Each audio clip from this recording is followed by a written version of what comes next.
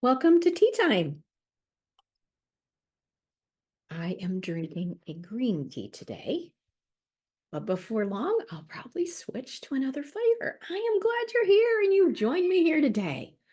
Today, our subject is one that I often talk about.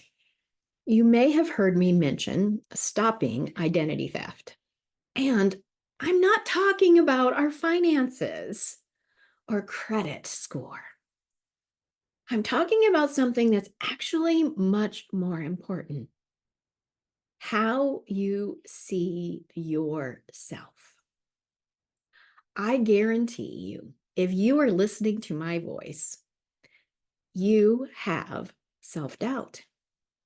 You have limiting thoughts about who you really are, the purpose, and what you were created to do.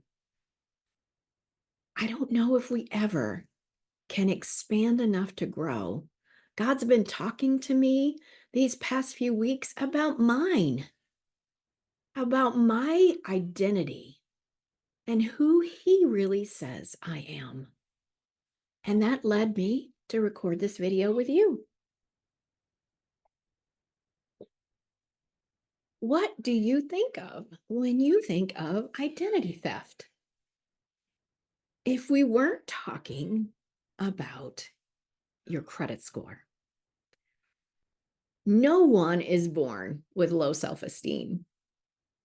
I remember one of my grandsons standing in front of a full-length mirror when he was about two and a half. And he was looking at himself doing a happy dance. And he was saying, "I'm so awesome. I'm so awesome. I'm so awesome." And I wished I had taken a video of it, but I was cheering and laughing too much. When's the last time you looked in the mirror and you went, "I'm so awesome. I'm so awesome. I'm so awesome. I'm so awesome"? Huh? We quit doing that. But we're not born with low self-esteem. Where do we receive the information that somehow that's bad? To believe in yourself. It doesn't mean I think less of you to believe in me and what God has put in me. It's bigger than me. So external information damages our sense of self. And it happens so much that you begin to believe it as if it's true, because it feels true. You've been told, you've experienced circumstances that says you're not good at something, or don't be too big for your britches, or you talk too much, you're too quiet, you're too shy, you're too something. And that's not possible if you're being you. I'm going to talk about today 4 different ways, there may be more, that our self-perception, it's the way we're perceiving ourselves, can be damaged. Our identity is given to us by God. And when we have an identity that He created, it can be damaged, and our perception can also be damaged. So the first one is identity abuse. Someone saying boldly to you damaging statements. "You're stupid. You're not as good as your sibling. You'll never amount to anything." A bold-faced statement that is an attack on who you are. Anyone here experienced that? I did, for sure. What bold-faced statements can you think of? They could be something you haven't even thought about recently, but as we talk about it, it's being stirred up. What are some of the lies you were told boldly? Number 2,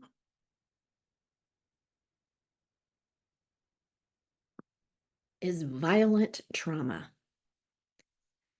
That is violence, surviving a war, being raped, beaten. It is violent, and it damages your sense of self-worth and sometimes even your humanity. It can bring a lot of shame attached to it, and we don't believe we're good enough or worth it.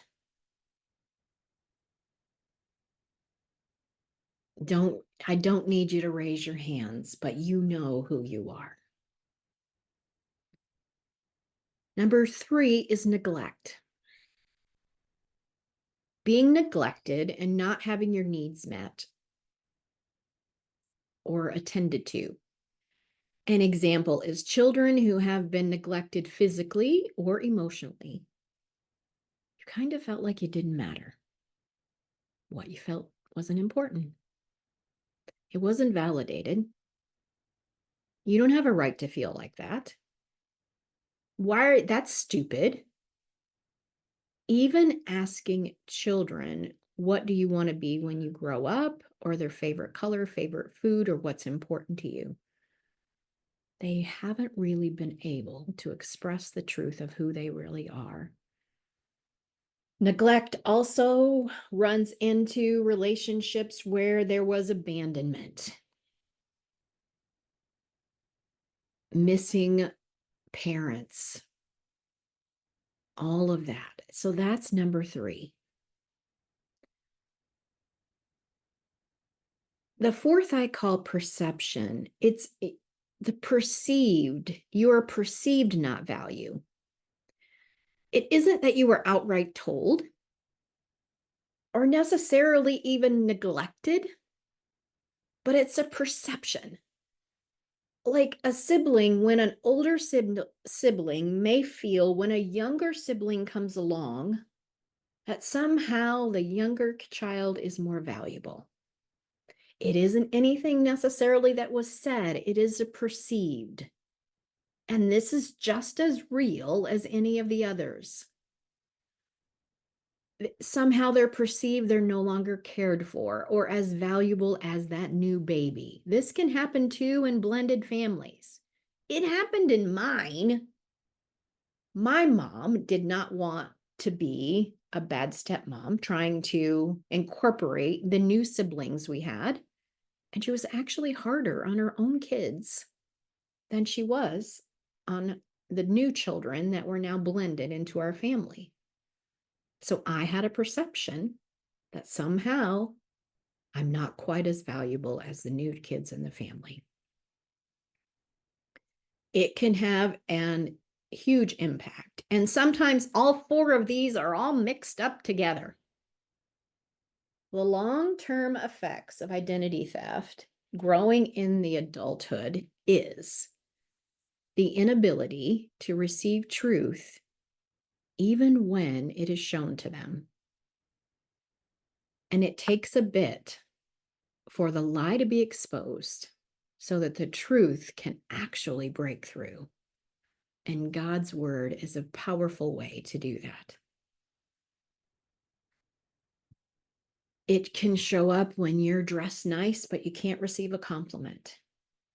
Intellectually, you know you look nice, but you don't feel like you do.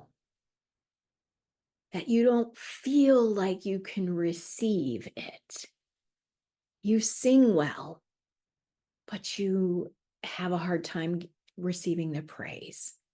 You're really smart and you can do things, but you feel stupid or less than. It's the inability to receive the truth because it doesn't feel like it's true. I have noticed so many people that I've worked with getting stuck because what the lie felt true. They actually can feel it in their body because your body holds a story. I want to tell you today, there is healing available. The first step is what we're doing today, bringing awareness. that we've got some identity theft. Somebody's stolen something from us. And identify the lie you're believing, which is one of my specialties. I am a lie buster.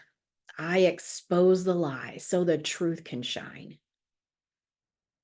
And God has called me to stop identity theft so his kids can be who he created them to be. Because the truth does set us free, even if at the moment it doesn't feel true. So if this is you, let's talk. It is a free consultation with me. Let's be vibrant. Let's break the barriers that are holding us back. Because I believe in you and I pray for you.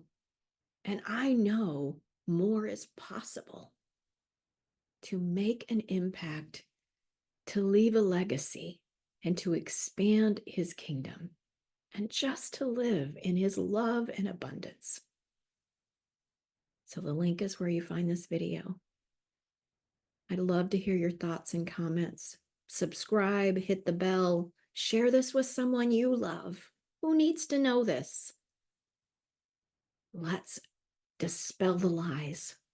Let's let the truth shine brightly.